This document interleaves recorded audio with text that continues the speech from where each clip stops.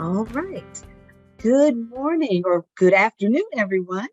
My name is Dr. Renee Dorn. I am Director of Alumni Relations for our Pepperdine Graduate School of Education and Psychology. And welcome to our Student Alumni Roundtable. So the purpose of this roundtable is for all of the current students and prospective students to be able to ask questions, to discuss the programs, the ELAP and the EDLP programs, to receive tips on how you can transition from student to graduate, and then just talk about next steps after graduation. So at this time, I'm very excited because we have our student alumni roundtable speakers that I'm ready to introduce you to. We have our program director here and 3 of our alumni graduates that will be joining us on this panel so we can have a nice discussion and so that you'll be able to ask questions. So our program director is Dr. Ebony Kane. She is Associate Professor for Education and Program Director Chair for the ELAP and EDLP programs. We also have Ernesto Santiago Elizondo, who is our Enrollment Services Officer, and Moises Olivares, who is our Academic Advisor for these programs. So welcome to our program staff. If you have any questions regarding both the ELAP or the EDLP programs, they are the people to go to. So thank you for being with us this afternoon. And next, I want to introduce you to my staff. And we have, once again, I'm Renee Dorn, Director of Alumni Relations. And we also have with us Sophia Henriquez, our Alumni Relations Analyst. And we also have a grad assistant, Alexis Golston, who works with us throughout the weeks. And so if you ever need anything from our Alumni Relations Office, these are the people who you should contact. So thank you once again for joining us.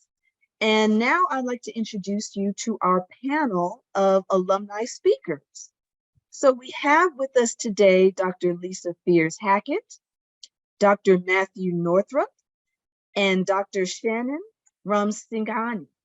I'm hoping I'm pronouncing your last name right, Dr. Shannon. Yeah. Thank you. Wonderful, wonderful. And so they are our alumni speakers for today. Dr. Northrup, hopefully you're able to hear us okay. And if you can, just let me know.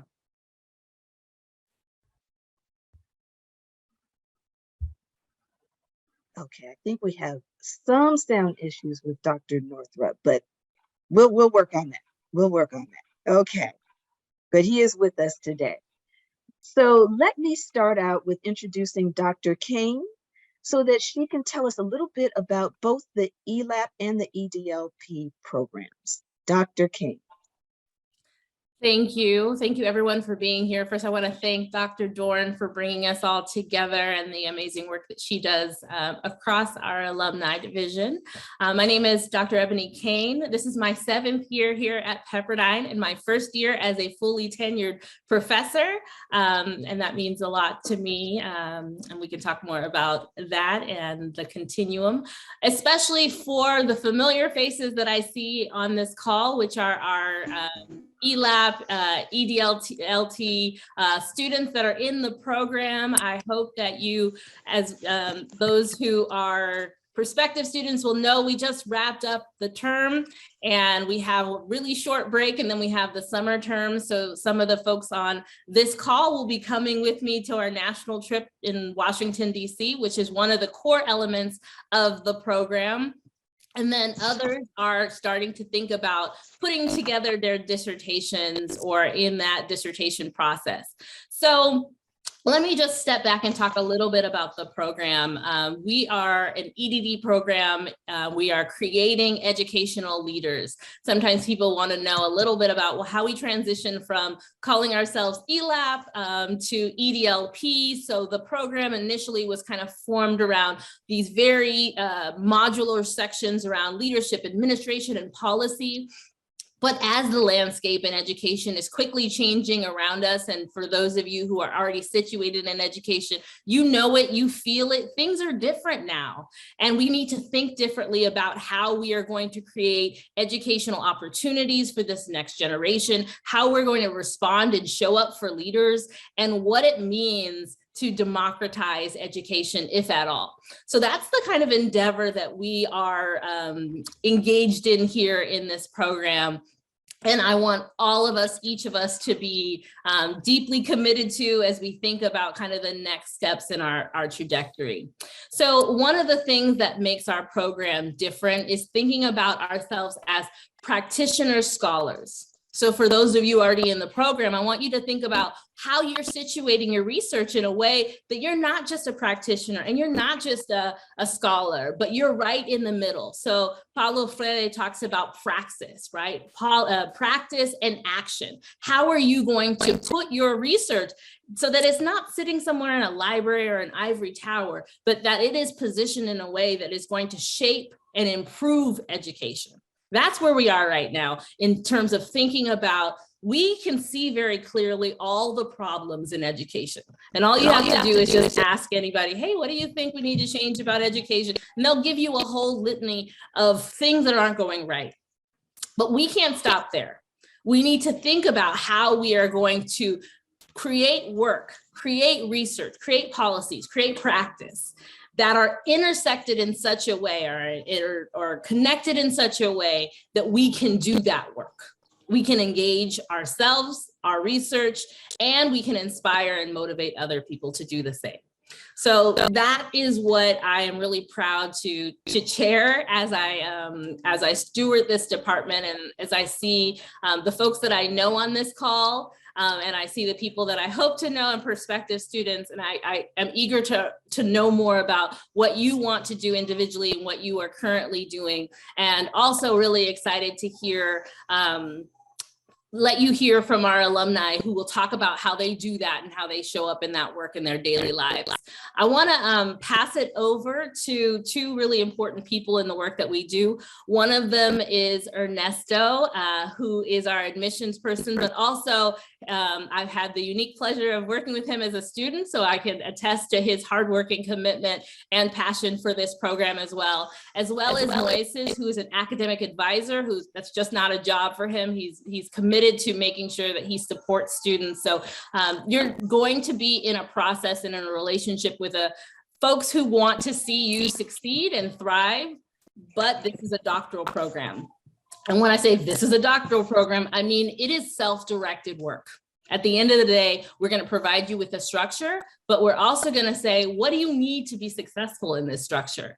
Because that's one of the daunting things about an educational advanced degree, is you're walking into a 1% opportunity. When I say a 1% opportunity, if you look at the globe and how many people go through the pathway that you are on right now, and how many people are successful, that's that 1%. And every single one of you is going to be part of that community, but it's going to take something from you that doesn't quite exist yet, but is in development. So with that, I'm going to pause. I have lots more to share with you, and I look forward to doing that at another time, but I want to pass it over to some of the wonderful people on this call. Thank you so much, Dr. King. So at this point, I'm going to pass the mic to Ernesto to talk a little bit about enrollment services in regards to ELAP and the EDLP programs. Ernesto. Thank you, Dr. Dorn. Thank you, Dr. Kane, also for that overview of the program. And hello, everyone. Welcome to Pepperdine GSEP. As it was stated before, my name is Ernesto, and I'm the enrollment officer for the doctoral programs. And one of those is our ELAP or EDLP program as well. So I'll be more than happy to be your point of contact regarding any questions you may have about admissions, the admission process, and the admissions requirements as well, right? From beginning to end, how to send in your documents, where to send them to, what are the most important deadlines to keep in mind as you look forward into applying. We currently are accepting applications for the fall 2023 semester, which starts in September. It's just around the corner, just a few more months, but there's still plenty of time to start and complete that application. And I'll be more than happy to provide more information. Also, I can give a follow-up, give my contact information for you to reach out. And any questions you may have, I'll be more than happy to address them with you. For that, I appreciate the time, and I'll give it back to Dr. Dorn. Thank you so much, Ernesto. Next, I'd like you to hear from Moises, because he is the academic advisor for the ELAP and the EDLP program. So Moises, tell us a little bit about how you can work with the students. Sure. So my name is Moises Olavarrieta. I'm the academic advisor for the education side at GSEP. And once you've finished working with Ernesto and gone through the admissions process, and you're officially, we call it a matriculated student at Pepperdine, that is when I will begin working with you. And so at that point, you can refer to me for all types of questions. I'll be your primary contact for registration, so enrolling into courses, any type of student services that you might be interested in. So if you're interested in connecting with the Writing Center, or if you're interested in connecting with the Career Center, you can always contact me with any initial question, and then I will be sure to get you to the appropriate office from there. But that is, I guess, the quick spiel for what I do. But for any questions that you may have, feel free to give me a call. I'd be happy to answer. Thank you so much, Moises. And now I want you to hear from our alums. So we have three fantastic alums who have joined us today. We have Dr. Lisa Fears Hackett, Dr. Shannon Ramsinghani, and Dr. Matthew Northup. So welcome to all three of you. Thank you. Yes, yes. So at this time, the first thing I'd like for each one of you to do is to introduce yourself by telling us what you're currently doing in your profession, and why did you decide to, first of all, go into a doctoral program, and why this particular doctoral program. So I'm going to start with Dr. Fears Hackett. Tell us what you're doing now and why you selected this particular program at GSEP.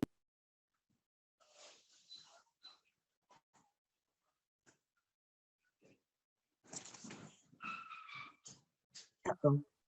Dr. Hackett, can you hear me? Okay, looks like we're going to have to. Can you hear me, Dr. Hackett? Uh-oh, looks like we may have some connection issues with Dr. Hackett. So Dr. Ramsinghani, I'm going to go to you. If you could just tell us a little bit what you're doing in your career right now and why you selected this GSEP program. Sure. My name is Shannon Ramsinghani. Currently, I'm an assistant principal in the Poway Unified School District in San Diego.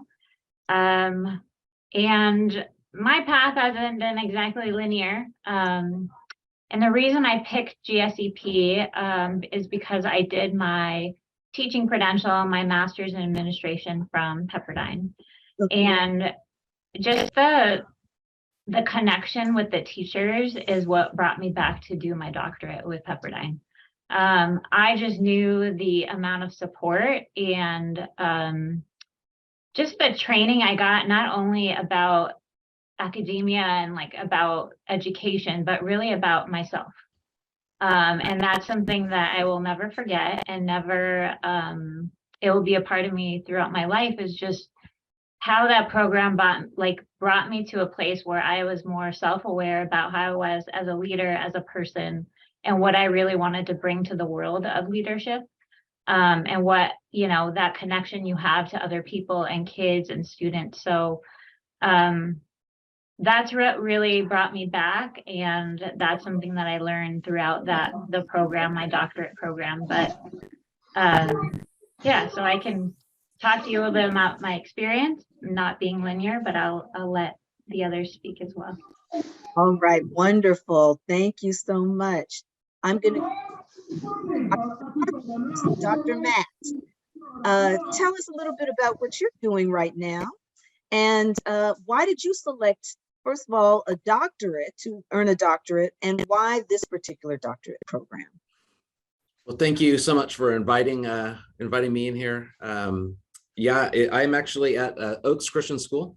It's about 30 minutes north of the Malibu Pepperdine campus. And I have been here for 8 years. It's a faith-based Christian school with around 1,620 kids, 5th through 12th. And I have the privilege of being able to oversee the whole academic program and the arts program, as well as our online school. I am only here because of the work that I did at Pepperdine, and because of the way that Pepperdine helped me to think differently about education, really molded and shaped who I am today. And so I'm eternally grateful for my time there. I was there for 2012 to 2015. And there's very few days that go by where I don't think or do something based on the things that I learned at Pepperdine. And the reason I chose Pepperdine is, I think, a number of different reasons. One is I like the faith-based side of it. I also like that Pepperdine is a well-recognized institution around the globe. People know Pepperdine, whether you're on the East Coast or whether you're in California. And that's something that's helpful when looking for jobs and those sorts of things. But I was also looking for a school where I wouldn't be just a number. Yes. And one of the things I've always loved about Pepperdine, as I was going through the process all the way through the end until today, is people cared who I was, how I am made, how I'm wired, and how and was always interested in kind of my pathway and what those next steps might be. So very thankful for Pepperdine. Thank you. Thank you for sharing that. And Dr. Fears Hackett. Okay, I didn't quite hear the question, but I did hear a few of them speak, so I'll go ahead and start. Okay. I'm currently the Director of Educational Programs with the National College Resources Foundation. I'm also an adjunct professor with National University. But when I started, when I thought about attending Pepperdine at the time, people had to be either a principal, assistant principal, or superintendent to even get into the program. I started in 2005. I was in cohort 3. And actually, the reason I chose Pepperdine, I had looked into quite a few programs, but honestly, at the time, I was living off of La Tijera. I was right around the corner from the Los Angeles campus, which made it very easy for me to go to the library. I was an assistant principal in Inglewood Unified School District at the time, and everything was just so close for me. But we did have students from Saipan and Atlanta and different places as well. So so the program was really very diverse. The class that we had, it was a very diverse class, and we were very excited about that. We had students from all over the globe, which was nice for us. I believe that's probably all I want to share right now. I have a lot of history in my background. I started off in education and special education. I became a speech therapist because I'm a stutterer. I'm also dyslexic.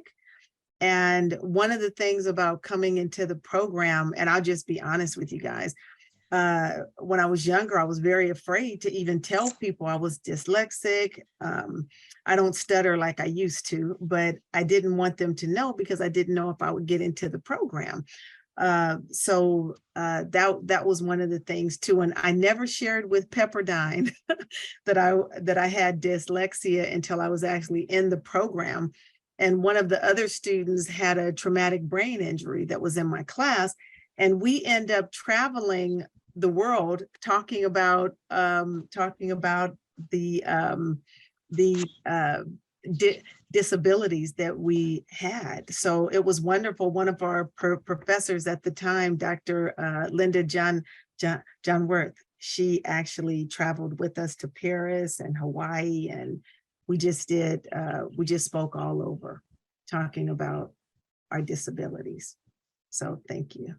Wow, thank you for sharing that. You know, I want to piggyback on that and ask Dr. Shannon and Dr. Matt, because you just told us some of the challenges that you had coming into the program.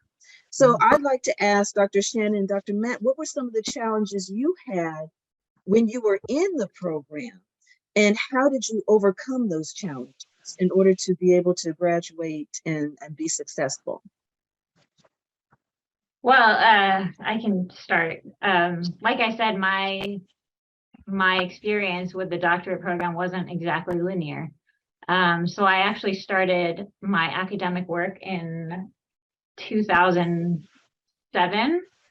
And in that time, I was, just got married, and, after a couple of years, we decided we wanted to have kids. And then while I was in the program, ended up getting pregnant. And I think it was towards the end of my second year, we had that 50-page comp paper with, trying to defend it. And I had just given birth to my twins, first kids. And I was, I remember being up at all times of the night, like trying to figure out how to defend my paper and write the paper, et cetera, et cetera.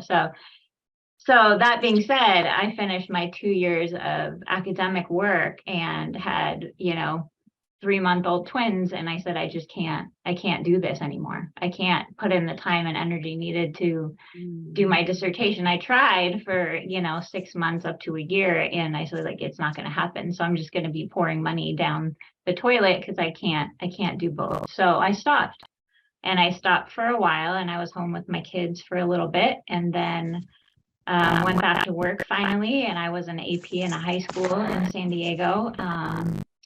And then I had another child, and then decided in 2019 or so to start back up, because I was home part-time with my son. And then, it was something that I had already started, and I had my academic work and just wanted to finish. I just had this need and desire to want to finish. And, my chair, who was my professor, who was a chair, Miss Dr. Linda Purrington, was still around, and she was willing to chair my dissertation, and she got me through. So I went through COVID with my kids all being at home, and just weird, as we're doing Zooms, and this whole life has changed, but got me through. And I've utilized my study that I did, and I utilize my research on a daily basis in my job. Just thinking in terms of what's good for kids. And like you had said, Dr. Kane, in terms of praxis, I do use my research and what I've learned on a daily basis to see what's good for kids. So that being said, I don't think your path has to be linear, but I do know that this group of people is there to support you and get you through whatever challenges. And if you stop and start, they were more than willing to let me start again. Oh yeah, let's do it. There was never any obstacles to do that. And it just started right back up again. And I'm so grateful for that opportunity. So just jumping in there, mine pales in comparison. My wife and I had our second son right as it was starting, and so we had 2 boys in the house, and they were up all hours of the night, and I was up all hours of the night. And so I think everybody has their own challenge, and to go through this program, if it was easy, everybody would do it. And it's not easy, and it comes with its own challenges. And I think everybody will have those. For me, it was, and I love being a part of my family, especially when the kids are young. And so I made a conscious choice not to do any work until after 10 o'clock most nights. So 10 o'clock to 1 o'clock in the morning were my hours of study, you know, a few nights a week. And I know all of us in our cohort 9 figured out those different times that worked for us in our schedule. And but it certainly is a challenge, but it's worth every minute. I'm so glad that you mentioned cohorts. So can you talk about the cohort dynamic? And do you still connect with your cohort members? I will speak on that. I was cohort 3, so I think we had a lot of challenges and a lot of tweaking to do in the program. But one of the things that happened for my first class, and at the time, I'm not sure if they still do this, we had to live on the Pepperdine campus in Malibu for 1 week every year. So my first class was with Dr. Paul, and we had to write out a timeline. And we talked about challenges and things going on in our life. And as the other students said, the alumni said that, you know, life was challenging for a little bit of everyone. And when we did this timeline and someone talked about their lives and things going on, and I had just got engaged, there was a lump in my breast, I didn't know.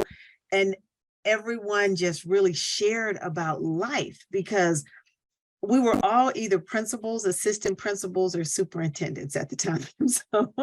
So our lives were very busy anyway. But that first class, the name of the book, gosh, I have to think of it. We did a book at the time, Art of Possibility.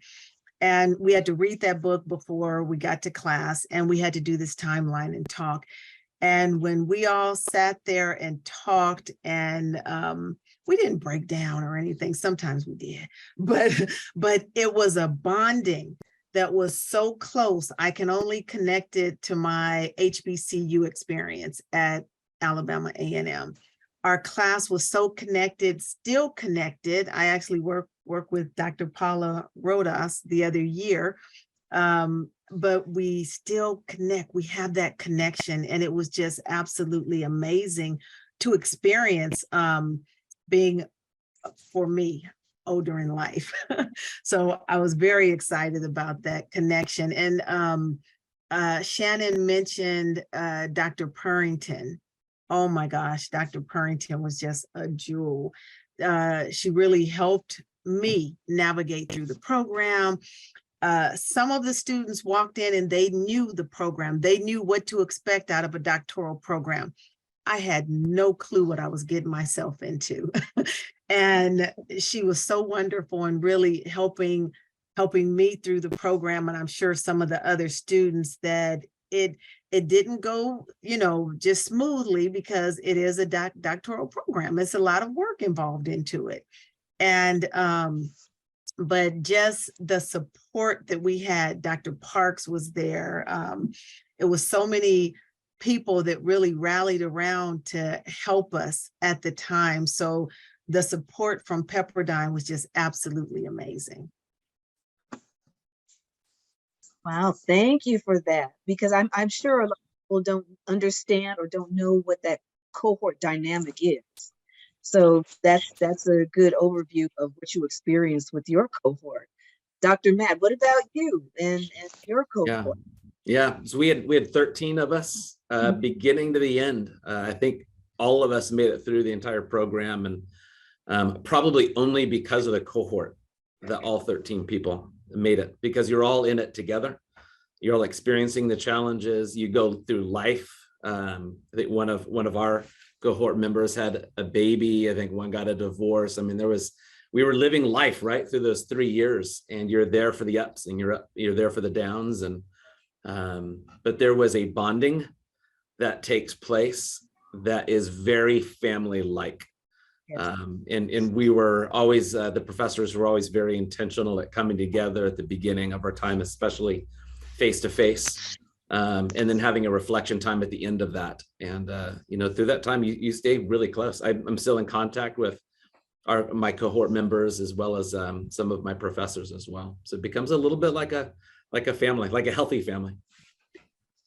That's good. Dr. Shannon, do you have that same experience with your cohort? Yeah, it is the same. And we didn't necessarily, I think we started with 15 and ended up with 13. There was a couple that, couldn't continue just due to life. But yeah, we're still in connection. We still talk over Facebook or Instagram and see people's lives and kids and, go through ups and downs of life. So yeah, that part's pretty cool. And, I had a couple cohort members that saw that I, went through the academic, and then all of a sudden got back in and completed. And they're like, oh, well, how'd you do that? How was it? Was it really, so then they're also looking to like finish and complete what they started. So yeah, that's great. That's great. At this point, I'd like to open the questions up to the students to find out what you are having questions about regarding the ELAP or the EDLP program. You could ask us anything. If you're in the dissertation phase, ask some questions about the dissertation process. If you're just getting started, you can ask about what projects you may have coming up. So just let us know what you may have some questions about. Sophia, did we have any questions in the chat? We only had one, but Ernesto already answered the student. So it was about evaluation. If evaluation, WES evaluation, a compulsory requirement for admission processing. And Ernesto let the student know that, yes, it is a requirement for international applications. Okay, wonderful.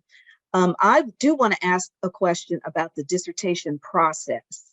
So for the alums, talk a little bit about how the dissertation process was for you. I know Dr. Shannon had mentioned she had her twins and she was going through the comprehensive exam and trying to had to come back for the dissertation and all of that.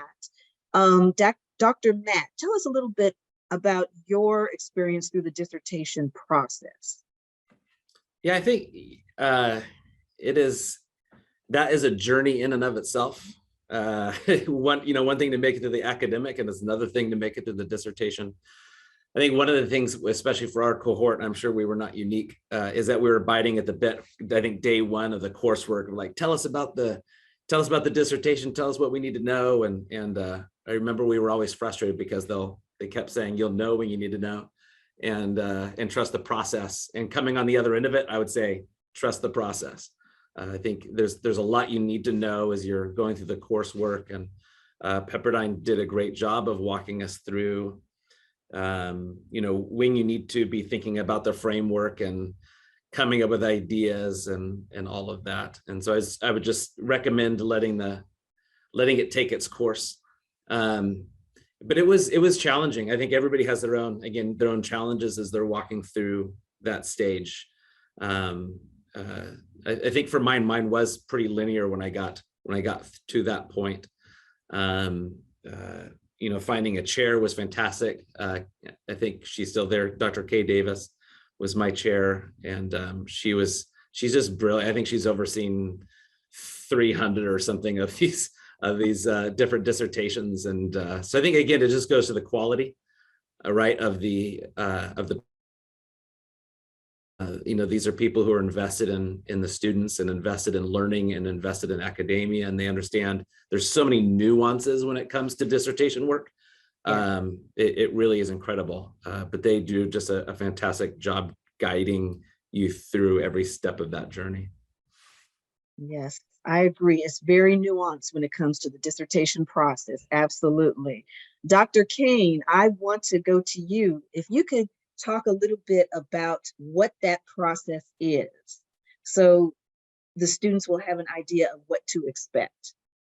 Absolutely. So for those on the call that are current students that are just finishing coursework, this is top of mind for you. And then for those of you who are thinking about the program, let me tell you about how it's a little bit different at Pepperdine as well. So at most schools, the way that it works in terms of the admission process is you come to a university to work with a particular professor. So my research right now is on critical thinking, democratizing education, and civic engagement generally. So if those are your passion points, you would want to come to work with me. At Pepperdine, we say, actually, it doesn't really matter what Dr. Kane's passion points are. We care about what your passion points are. So I'm going to pick on Patricia because I know that she is looking at applying critical race theory in a particular field. So Patricia says, this is my research. This is what I'm working on. So when you finish your coursework, you're entered into the 791 course, right? So that 791 course, and Matt is exactly right. We tell you, you're supposed to engage with a lot of different methodologies, learn a lot of curriculum, meet a lot of professors, because you want to put together your dream team. That is your committee that's going to work well with your style of working and learning. So thinking about, do you work better in the morning? Do you work better in the evening? Are you the type of person who wants to meet with your chair every single week? Or are you the type of person who says, don't look at my draft, Dr. Kane, until I have something to show you? All of those things are important because it's a match that makes sense and it has to work for you and it has to work for your committee. So your 791 is the course you're enrolled in where you work all of that out. And for me, if you're my student working as my chair, that first term, we're trying to figure out what the goals are. So for every single one of the students, when you're enrolled in 791, you have to do a term agreement. And that just is an outline, very similar to kind of what Lisa talked about when you kind of put out your vision, you talk about what you hope to accomplish, but you do it just for your dissertation and just for each of the terms. So I'm going to work on chapter 1, I'm going to work on chapter 2, and I want to have those completed. Students are very ambitious. So they say, oh, I'm going to write the whole dissertation in 2 weeks. And then life happens and you've got kids and you've got reports and you've got people you're managing, and that dissertation moves. It's important, fluctuates in your life, right? It's important to you, but like you only have a certain amount of minutes in the day. So I want you to think about the dissertation process a little bit like a marathon. I don't know how many people in here have run a marathon. I have not run a marathon, but I still like the analogy, right? So if you think about how can I do the 20 miles and I'm just going to go out and start sprinting, you're going to be flat out. It's not going to work. Instead, if you're training for a marathon, you're just training for how many minutes, what can I do on day 1? What can I do on day 2? And just pushing it and pushing it a little bit more. And as you're doing that, a lot of things are going to come up for you. Like, I can't do this. This is really hard. People are standing in the sidelines saying, why are you running in sweatpants? And why are you running in jeans? That's how it feels when you're writing, right? But it becomes possible. And you see all the time people who say, I couldn't imagine doing this really hard thing. My trainer said to me this morning, we do hard things every day. You do hard things every day. And this is just one of the things that is going to be hard, but you're going to accomplish it. So there's a lot of nuance. And the point of all of that is that you're going to have a chair. You're going to have a group of people called your cohort, and they're going to push and pull you over that final kind of line of finish. So Thank you, Dr. Kane. That's a good overview of the dissertation process and what to expect. It really is. Does anyone else have any questions? If you are currently in the program, do you have any questions about your particular program or a project or a paper that you are currently working on?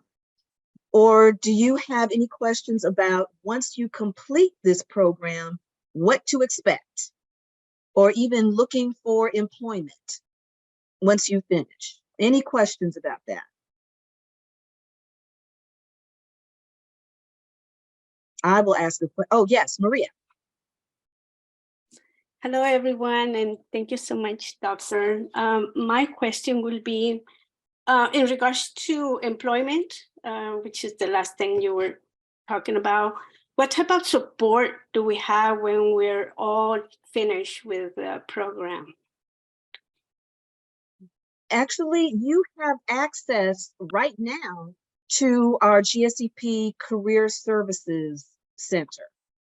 So Yaz Hardaway is the Executive Director of Career Services, and you can actually make an appointment with either Yaz or her other career advisors. And so you can talk with them about putting together a plan for where you want to go with your career, because they will be able to help you. And you have that access while you are a student, and then even after you graduate as an alum, you still have that access to career services. So at any time in which you are looking for employment, you can always come back to GSEP and talk to our career services office to get that assistance. That's always available to you. Yes. Wonderful. Thank you so much, Doctor. Appreciate it. You're welcome. Any other questions? Questions about careers after you graduate? Yes. Oh, yes. Oh, I'm sorry. Okay, Maria, did you have another question? Yes, Doctor, I do have another question. I'm looking for an advice or suggestions because I want to be moving to Malibu. It makes me very excited, but I've been in the Fairfield area, which is near Sacramento. So I'm between Sacramento and San Francisco, very nice area.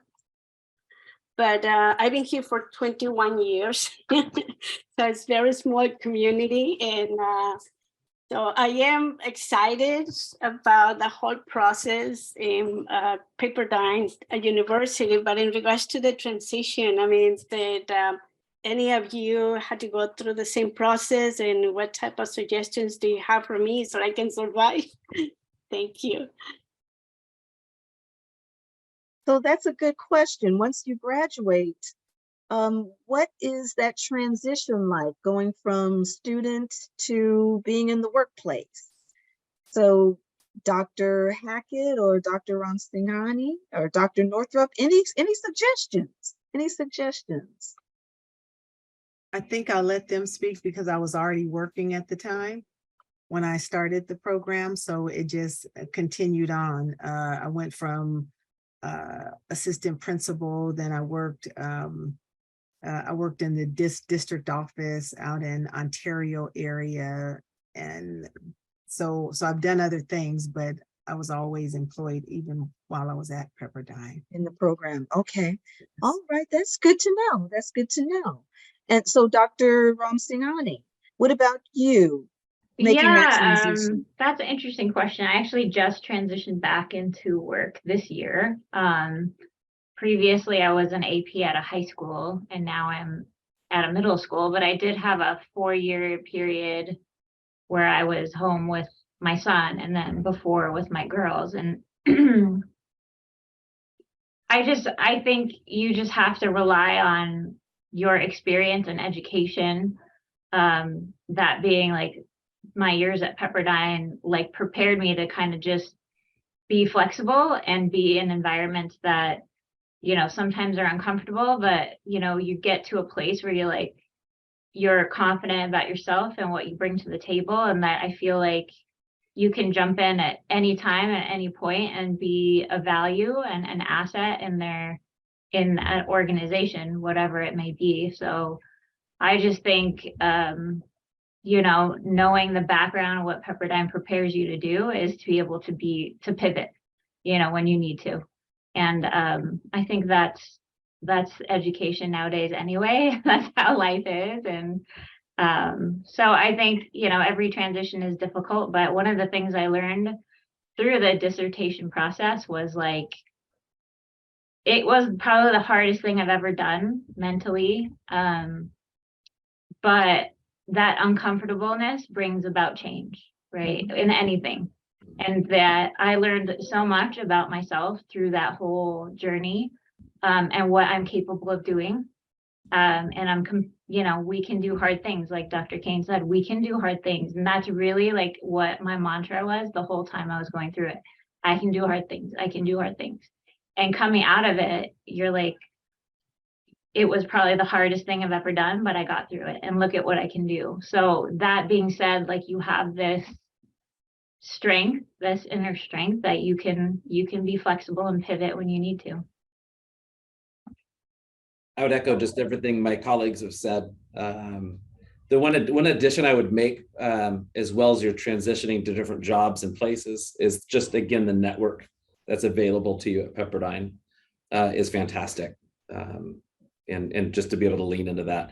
As far as moving down here, Maria, just remember Malibu is really expensive, but there are less expensive places around Malibu. That'd be my recommendation. Look beyond just Malibu if you're looking to move. Thank you. Thank you very much, everyone. Thank you. Can I also share something about the dissertation process? Yes. For me, I can only speak for myself. I did have to change chairs. So I believe it's important for the students to know that sometimes, you know, one doesn't fit all. And for me, my dissertation, just the dissertation was 4 years. And I got married in that time, and there was a lot going on. I think I had a surgery. So it was quite a bit. But one of the chairs that I had, I just had a difficult time. And I spoke with Dr. Purrington, and she said, well, let me see what's going on. And she really looked into it. And she ended up getting me another chair, Dr. Barner. And I mean, things moved so fast with Dr. Barner. I thought, oh my gosh, okay, I'm good at this again. So sometimes your chair makes a difference, who you choose for your chair. That's very important, but don't worry if you have to change chairs. Sometimes you do, and it's okay. So don't worry about it. It's just part of the process in going through this. But it's so worth it. Thank you for that, because that is important, that you do have the opportunity, if you need to be able to change your chair or a committee member. Absolutely. James, you had a question. Good afternoon, everyone. I just want to thank all the alumni and Dr. Kane, Dr. Dorn for putting this all together and having us here for this opportunity. What I'm finding is in my journey, you know, I had set up my dissertation so that the coursework that I was taking would lead to inform my dissertation. And then I got put off track by so many people telling me, you don't want to do that. It's going to take too long, or you want to, find something that you can do that's going to be shorter and is not going to require so much extra, work. And so I became torn, especially when I started working on my the last semester and this semester, the PAR research. I just found it more interesting to do the PAR research, but once again, not knowing, what exactly do you want to focus your dissertation on? And so I met a graduate who works in my division, and he graduated from Pepperdine. I remember one of the doctors telling us, and our professors told us, that you could use someone else's research and study from that, as they, like, at the end of their dissertation, they have these recommendations for further research. Mm-hmm. So I said, wow, that'd be a great idea. But that knowing that I would not be able to use him because he's too close to me, I probably got to ask him some questions in terms of direction. But my question to the panel is, can anyone speak to the fact of how they decided what their dissertation would be about? When did you know, and how did you choose your topic? So I'm going to interject really quick on this just to make one point. I don't know how many people are parents. I have a 3-year-old and I have an 8-month-old. When you become a parent, or you get close to become a parent, everybody has an opinion. Guess what? It's the same with dissertations. So I just want to put that out there, because everybody will project their anxiety, their fears, their everything onto you. Do not let someone else's stuff become your stuff. So I wanna just put that out there because that is going to happen to you. And I want you to be prepared for when it does. Because your job, how we know you're done when you're sitting there in your final defense is that you are the expert in the room. You know something more than anybody else, right? You've studied this small piece of the universe and you know it in such a profound way, more than even your committee members.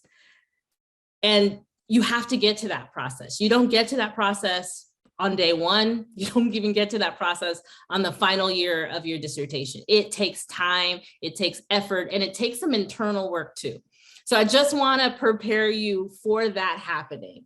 Also, when you start this program, whatever you thought your dissertation was about is not what you ultimately publish.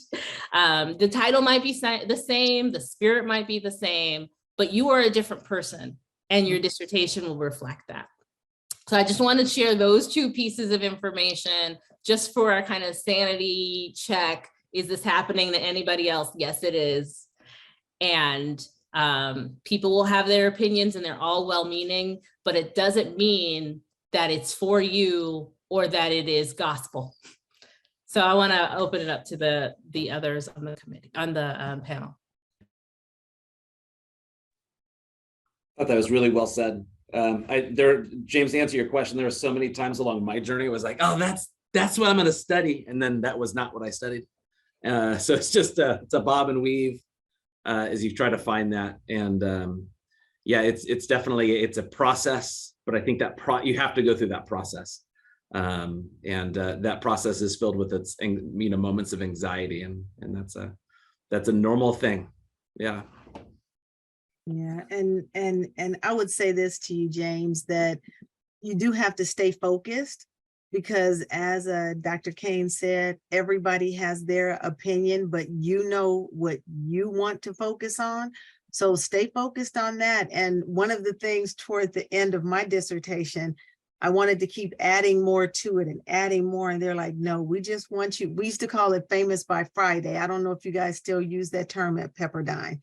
We would say famous by Friday meant done. You could do research later once your dissertation is done and complete and is posted that you are a doctor now.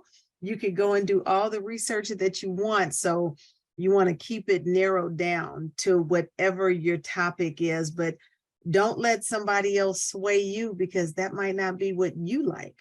You have to go on what you want to do. And that was one of the issues I had when I had my first chair. I was working on something and I was like, but that's not what I want to do. I'm not interested in that part of it. I wanted to keep it, narrowed. And I did. I was able to keep it narrowed down. So just as Dr. Matt said, it's just part of the process. And trust me when I say, a lot of students have been there. What I do with the National College Resources Foundation, my boss will call me if somebody's working on a dissertation and they need help. We do the Black College Expo, Latino College Expo, all these things, but she'll call me to come help. And I just talk to the student. And once I talk to you, you can narrow it down yourself, but I just walk you through a process. Yeah, and it's free. It doesn't charge anything. We don't cost. There is no cost.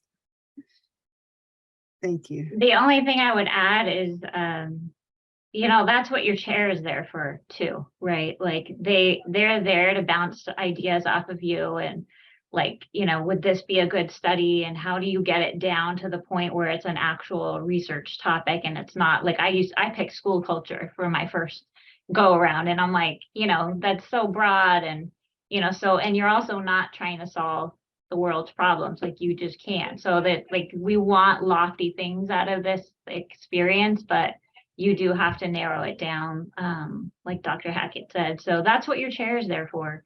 They're really there to help you like narrow the ideas down, and I would utilize them as much as possible because they're the experts, in this. So that's all I would say about it. Thank you, James. That was a really good question. Very good Thank you to question. the panel. Thank you, everyone. Thank you very much. Thank you. Did anyone else have a question? Yes. Yes.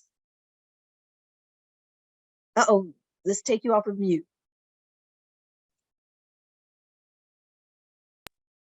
Okay. Hi, good evening to everyone. This is indeed a great section. I would like to thank the aluminium.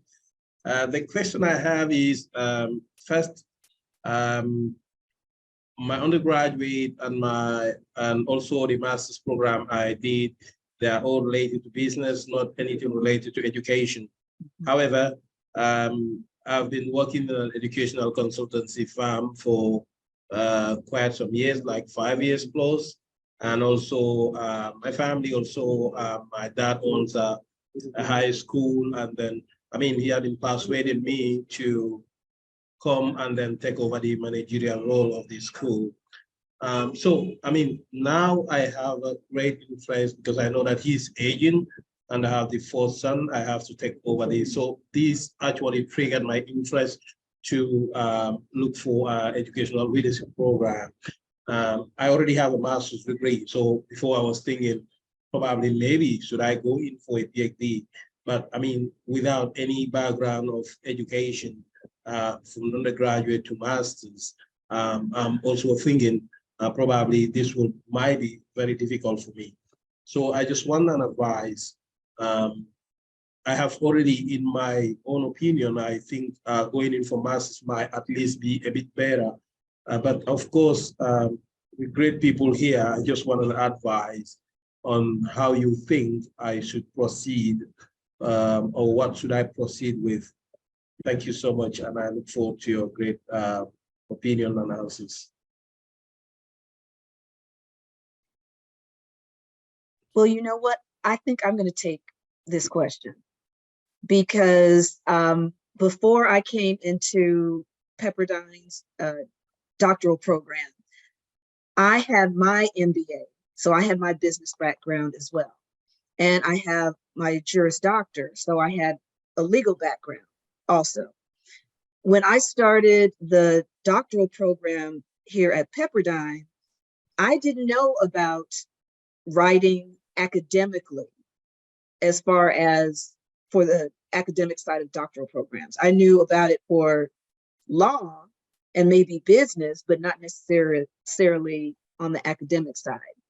So when I joined the program, one thing that I did was I took advantage of the resources that were available, such as the Writing Center, because when it comes to writing the different papers, I didn't know about a literature review on how to do that. But I took a webinar and found out how to write a lit review. And Pepperdine GSEP has that. That's offered so that you can learn how to do that.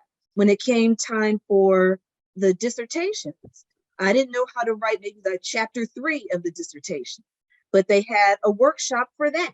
So I took that to find out how am I supposed to write this chapter. So I definitely took advantage of the resources. We learned how to use APA style formatting for our papers because I didn't know how to do that. For law school, we had Blue Book. That's what we were using.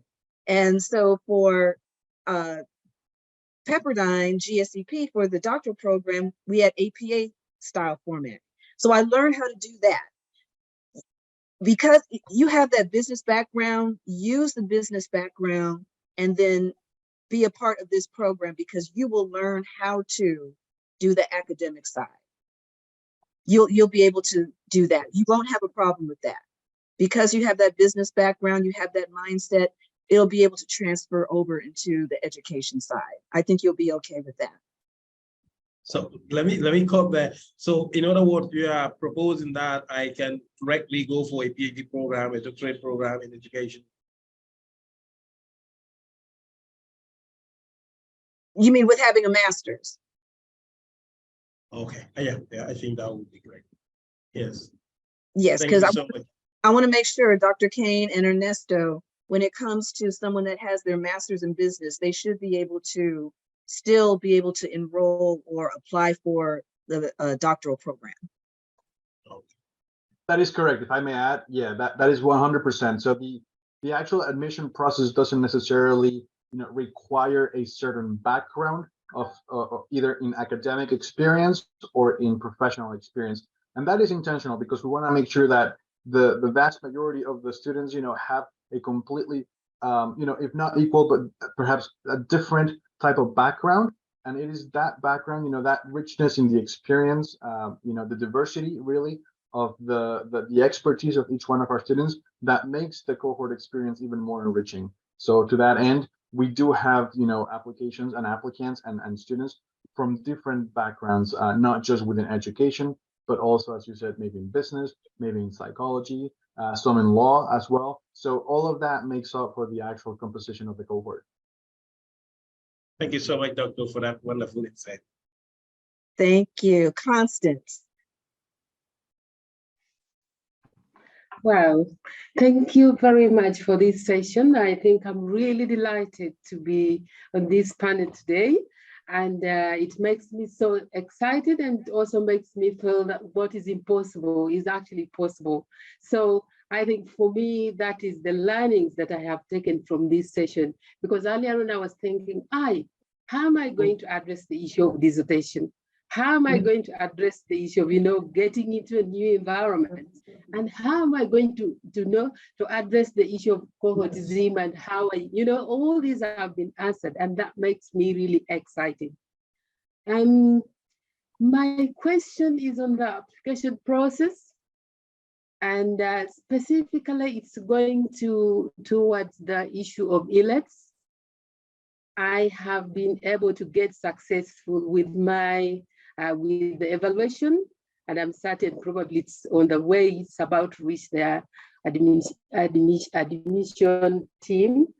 But the ELAP stuff, I seem to be having questions. Is there any way how ELAPs can be, waived off for a student like me? Or it's really compulsory that you must have to do ELAPs in order for you to be enrolled? Thank you. So that's a good question. And for our international students who've already had a proficient amount of experience in English, both written and spoken, then there could be a waiver. There's an actual exception request form that allows for you to apply for a waiver, and then within that waiver you would give us the reasoning as to why you wish to waive that IELTS or that TOEFL score. And based on that, on that reasoning and the evidence base, maybe your country of origin has, the academic or the language for the academic institutions. The official one is English, in many places and so forth. So if you've already finished or taken, your master's and or your undergraduate completely in English, that is also a good, evidence of waiving this. So once that is waived, or actually once that is submitted along with the application documents, we're going to review it, and there might be an interview that's requested between you and the professors, just to gauge, what that English proficiency would be. But yes, to answer your question in a short sentence, yes, there could be a waiver. Excuse me. Right, thank you so much for that response. And then the next question is about financial aid. And I've already seen someone has actually passed it on. And I was just trying to find out, is there any financial support for international students? And how can we navigate into the financial support if it's there really? So I just wanted to find out something around that, but I've already seen it posted on the chart. So thank you. I'm so delighted and look forward to meeting you one time. Thanks. Can I want to just make a plug for all of our prospective students. I want to highly encourage you to attend one of our information sessions. There's a lot of really great information there, but also more importantly, there's a financial incentive. So you will get that fee waiver code by attending that session. It'll cover all of this information. So you want to make sure that you are there and accounted for so that you get that. It'll make your admission process a lot easier. My second plug is, as you've already seen, Ernesto is a wealth of information. So I want to make sure that all of your questions are answered and that everything for your specific application is addressed. So if you like to, I would encourage you to set up a one-on-one with Ernesto. He can answer and walk you through all of those kind of questions, comments, concerns, anything that you might need. Also for our current students, if you're not already making connections with Moises about anything that you may want to know, or just to know where you are in the process, please go ahead and do that. Your academic advisor is somebody who's there to provide you with those resources. Sophia has put in a number of other resources that if you haven't already checked out, please do it. These are all things that will make your experience not just better, but it's not about surviving doctoral programs or grad school. It's about thriving, right? That's what we're about. That's what we want to show up for each other. So please make sure to make use of those things as well. And if I may really quickly, oh, excuse me, Dr. No, go right ahead. Just to also reply to your question, Constance, the same scholarships that apply to all domestic students are also available for international students. So there are a series of scholarships that are meant to help complement the cost of tuition. And so those scholarships are available for both our international students as well as our domestic students. There, we included a link in the chat if you would like to see it, which is to the scholarships website that we offered. Some are going to be scholarships for first-time students, and then there are also some other scholarships that are offered for returning students. All Can I right. also add something in? So Sophia has been putting a lot into the chat here, and I think it's real important because she put something about financial aid where they could click on it, but she also has about the writing resources that will also help you at Pepperdine, which was huge for me. And I got to know everybody by name, so they do help you with that as well. So thank you, Sophia. Thank you, everyone.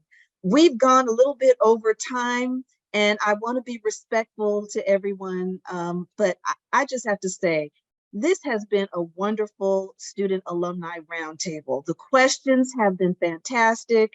The alums have been so gracious with their comments and their advice.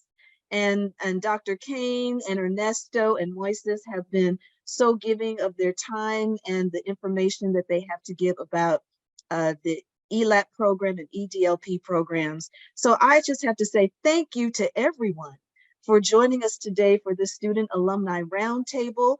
It has been a wonderful experience. And like I said, this will be on our YouTube channel for GSEP. So in case there are some classmates or you have some friends who did not get a chance to participate in the roundtable, let them know that this recording will be available to them. And so at this time, if you could just click on the QR codes. The first one is for an evaluation for this roundtable, because we want to be able to improve on the roundtables that we provide for the current students and the prospective students. So just give us your evaluation of this roundtable. And if you would like to get involved with our GSEP alumni relations activities, click on the second QR code so that you can get involved with GSEP and what we have to offer. So at this point, once again, thank you all for joining us today. And we look forward to seeing you at a future roundtable or future GSEP event. That is all of our contact information on the screen for alumni relations. And so we look forward to hearing from you. Thank you so much for joining us and have a fantastic afternoon.